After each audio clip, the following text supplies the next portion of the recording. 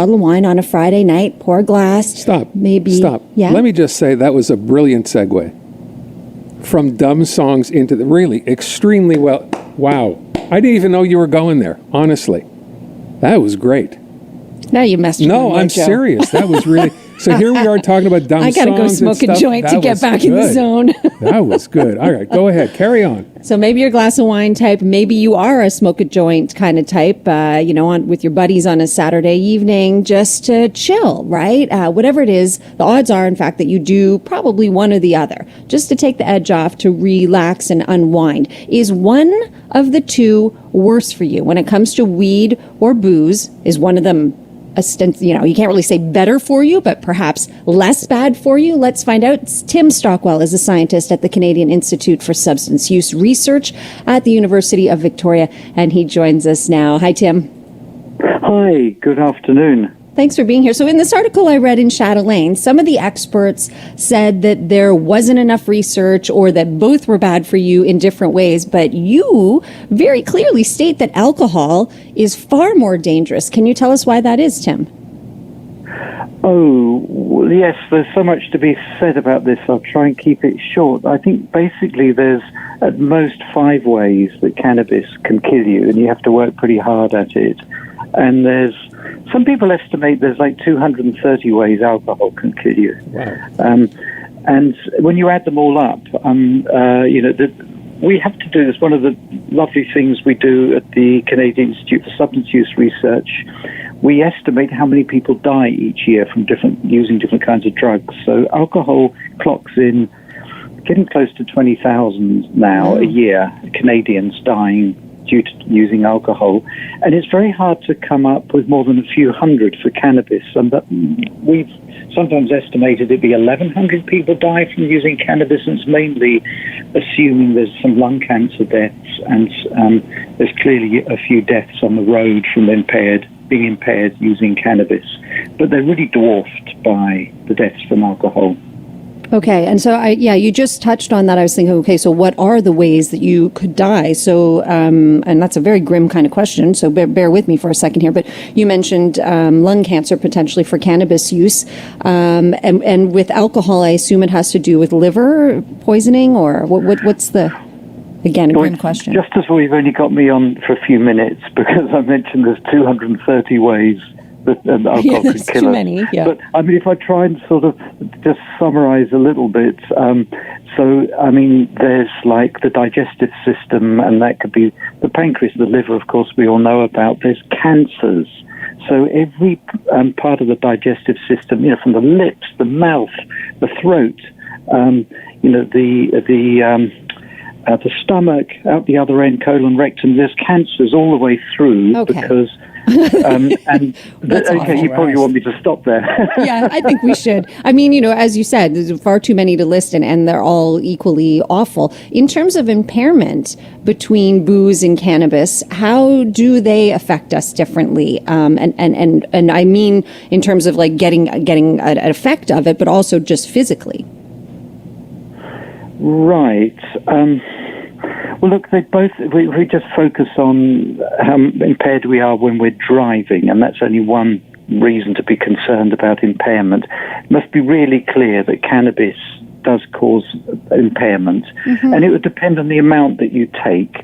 There's some thought that when you're really stoned, or whatever people refer to it now, I'm old, that you might be a little bit more risk averse and cautious, and when you're drunk, you're the opposite. Okay. You take ridiculous risks, and you don't seem to be aware that you're taking risks. So, but nonetheless, you're really impaired in slightly different ways from either alcohol or cannabis. It just depends on the dose that you take and your tolerance to the particular drug. And what about edibles? I was thinking about how edibles have become hugely popular. So is that an even safer, high, if that's the right way to frame that? Well, yes and no. I mean, the no is that it's very hard to control and it's very delayed. And so people I mean, there's problems with people eating them accidentally, the edibles, and not realizing how much THC is in there. So there's all sorts of reasons to be concerned. But if you take responsibility for yourself and you're really careful, it'll be a gentler high. And of course, you still have to watch how much you take. So, yeah, both of them can make you really impaired. And of course, they're both enjoyable. But and that is an issue, right? Because if you're having an edible, you're taking it now and then you're sitting there waiting and nothing happens for 10 or 20 minutes. You have a drink, you feel it fairly quickly, right? And then this edible could come on you half an hour, 45 minutes into it, and you're not prepared for it. Imagine that'd be quite a shock to your system as well. Yeah, well, people need to be aware of that and be educated about it. Look, I don't know whether you've done this. For the first time, just like coincided over the weekend, I tried my first cannabis-infused beverage. Oh, yeah. And I really liked it. And it just sort of hadn't occurred to me to do this. And look, because of all the nasty things alcohol does to you, I think there's no doubt that it is better for our health to be using a cannabis-infused beverage rather than an alcoholic beverage. And I think it's one of the reasons the big alcohol, the big industries are getting into making the stuff and producing it, because I think they see that's where the future is. I like that you're getting us to sort of question our decisions, because we're not talking about addictive behavior here. We're talking about recreational behavior, but nonetheless the effects thereof. It had never even occurred to me before, Tim, to try a cannabis infused drink. But I don't like my daughter. I credit her that. We were staying with her, and she said, "Oh yeah, I want you," because she knows what I do. She said, "You should try one of these." So there we are. Well, I think I might have to follow suit. I'm curious because I do like a glass of wine. I don't like to, once in a blue moon, I'll smoke a joint. And I'm worried about the edibles I've never tried, and I worry about not being in control of the dosage. With a beverage, you're in control.